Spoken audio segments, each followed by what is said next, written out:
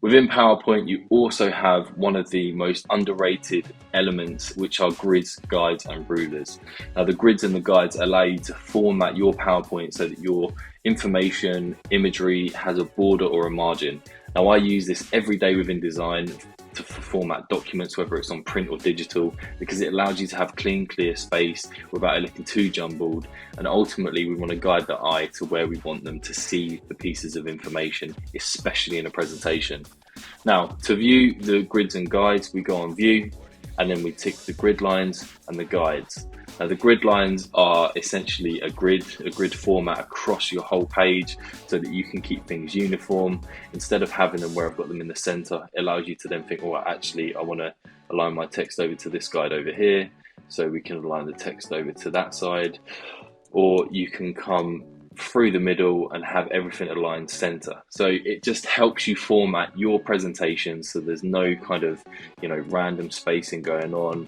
If one thing that I see a lot of is we have the grid line here so that we can see where everything needs to align to, yet some people still decide to, offset text, and it can, depending on how you do it, a few of them to come down and then, just slightly nudge one out, it can then start getting very messy.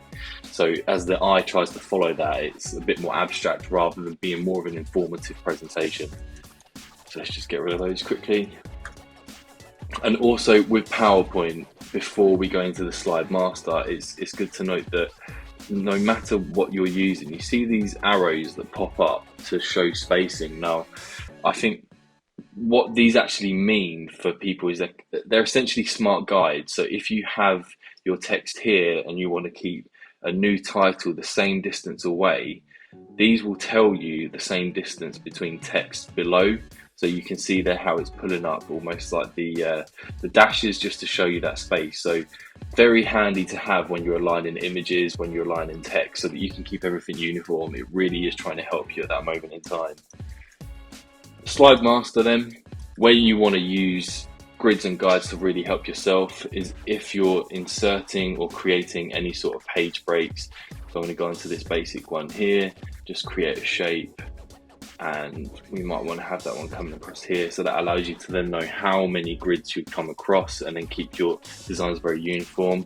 Another one that I really like is being able to use boxes, because it's a very good container for your information.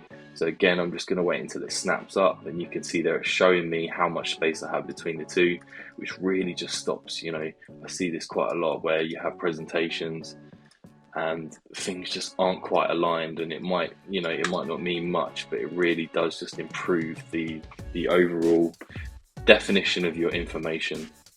So if we go back to the normal and we now input this, you then have the option to start bringing over your text.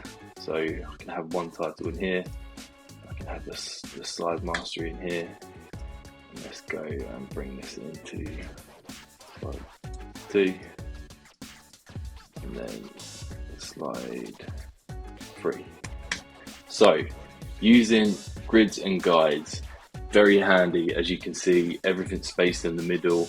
The text could do with aligning. However, that's a really quick stop through grids and guides. Use it, get your information flowing. It will really help your presentations, because they're not ideally for you, they need to be for the audience.